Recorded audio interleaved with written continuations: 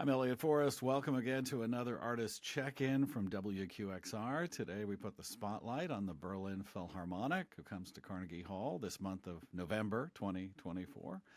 Joining me as principal cellist of the Berlin Phil, Olaf Maninger. Nice to meet you. Nice meeting you. Looking forward. Your orchestra is a little bit different than most American orchestras, which I believe have a single principal player. You have multiple principals, is that right? It's absolutely right, because we are playing so many concerts in a season. We are playing more than 130 concerts.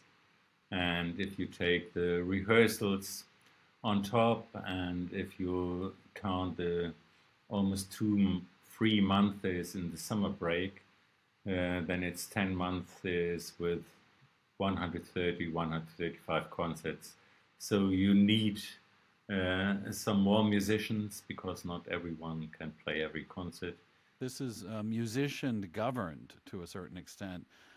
Describe what that really means. It's not a little bit of a democracy. It's, I think, the DNA of the orchestra is the self-governed republic of Berliner Philharmonic. That's how it started in 1882.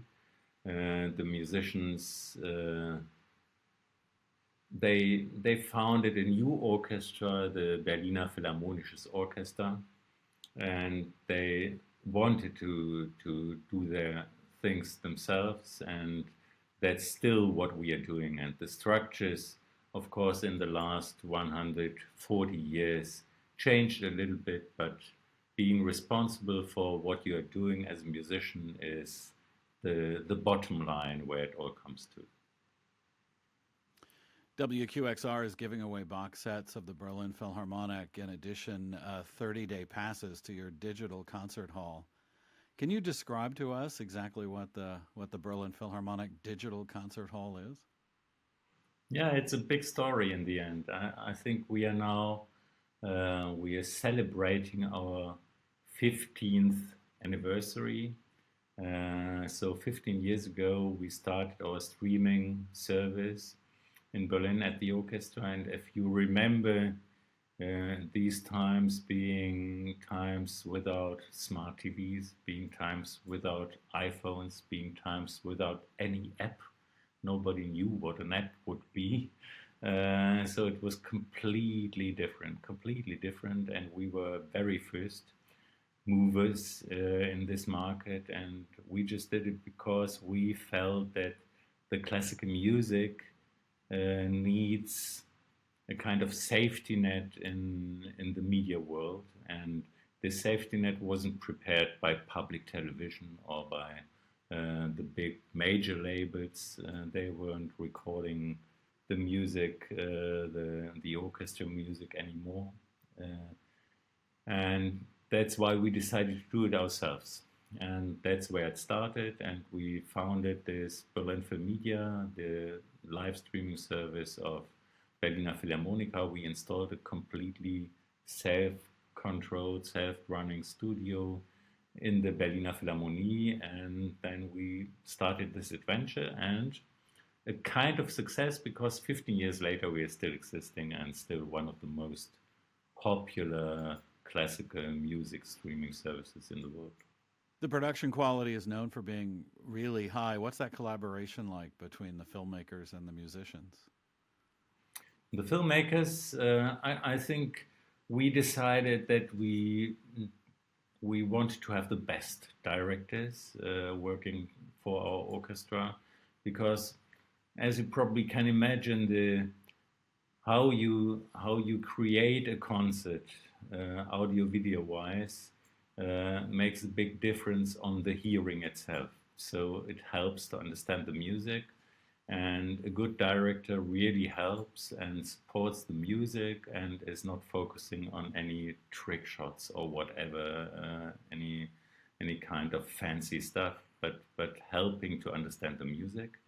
And we decided to work with 7 to 8 music directors who are also in these times were doing all the productions for the TV companies in Europe. And so now we have kind of seven different styles and approaches to broadcasting our concerts, and this is fantastic for us. Can you give us an idea of the scope, past and present, of the digital concert hall? What's in it?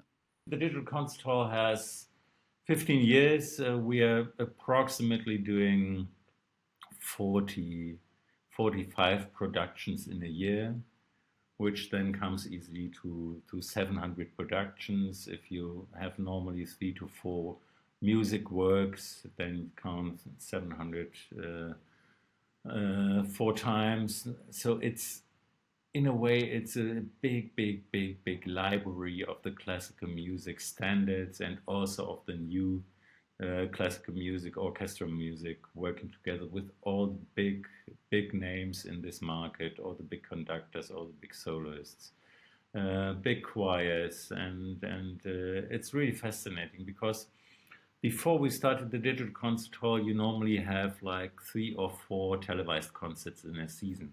Now we had from one day to the other 40, and everyone had the chance to have a kind of name card of what they were doing with the Berliner Philharmonic.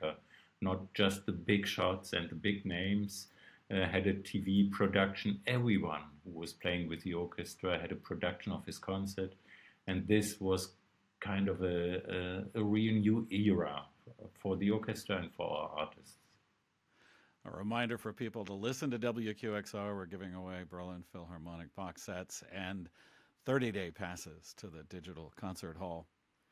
Your Carnegie Hall series this month features violinist Hillary Hahn. Does she have a long relationship with this orchestra? To be honest, since I'm in the orchestra and it's 30 years now, I remember her being frequently with the orchestra. So she's one of the most inspiring artists, fantastic violinists, and we haven't worked with her for a long time. And so happy to have her back, and we are so much looking forward. And I think this concerto is something she will do perfectly, and in Carnegie Hall and on the US tour, playing with her and Kirill Petrenko will be a fantastic experience for everyone. Talking about the Korngold violin concerto, Eric Wolfgang Korngold being both a film composer and a composer for the concert hall. This particular violin concerto sounds a little like both. It's very cinematic and extremely beautiful. Is it one of your favorites as well?